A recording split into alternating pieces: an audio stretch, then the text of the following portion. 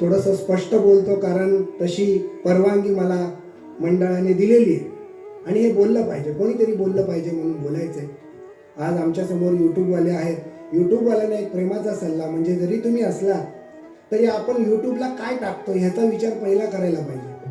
ह्याचं कारण असं, कोकणचं नाव कुठेतरी खराब होत आहे. अनेक ठिकाणी भजनं होतात, यूट्यूबला जातात, दुसऱ्या दिवशी वाद निर्माण होतो, मंडळाचं नाव खराब होते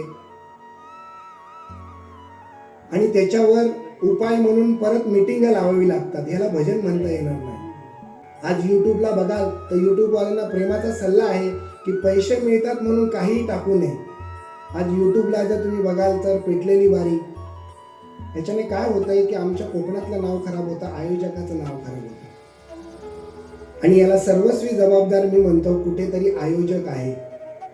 आयोजकांनी कुठेतरी भूमिका घेतली पाहिजे. जर आयोजक जर त्या तयारीचा असेल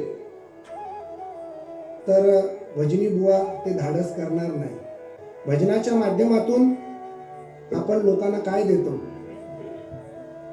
ही फार महत्वाची गोष्ट आहे.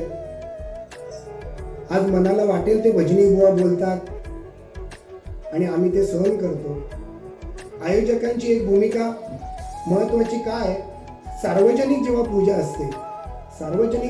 असते तेव्हा आम्ही एका गोष्टीसाठी बांधील असतो का, तर ही जी पूजा होते ती सगळ्यांच्या खर्चातून केली जाते. ही कोणाच्या वैयक्तिक खर्चातून केली जात नाही, सर्वांच्या खर्चातून केली जाते. जेव्हा तुम्ही भजनं ठेवता तेव्हा तुम्ही कोणालाही बोलू शकता, पण जेव्हा सार्वजनिक असतं तेव्हा मंडळाची जबाबदारी आहे की चांगले भजनी बुवा भजन करून जातील आणि मंडळाची जबाबदारी असते की आपली तरुण पिढी कशी घडवायची हे आपल्या हातात असतं. आज जर आम्ही चुकीच्या गोष्टी त्यांना दिल्या तर ते चुकीच्या मार्गाने जाणार आहे. वारकरी भजनातून एक गोष्ट बघायला मिळते, वारकरी भजनातून जर शिकायचं झालं तर एक गोष्ट महत्वाची आहे की वारकरी भजनात शिस्त ही एक महत्वाची गोष्ट आहे. या वारकरी भजनामध्ये सगळेजण शिस्तीशी, एक शिस्त असल्यामुळे कुठेही कोण चुकत नाही आणि ही शिस्त प्रत्येकाच्या भजनात हवी.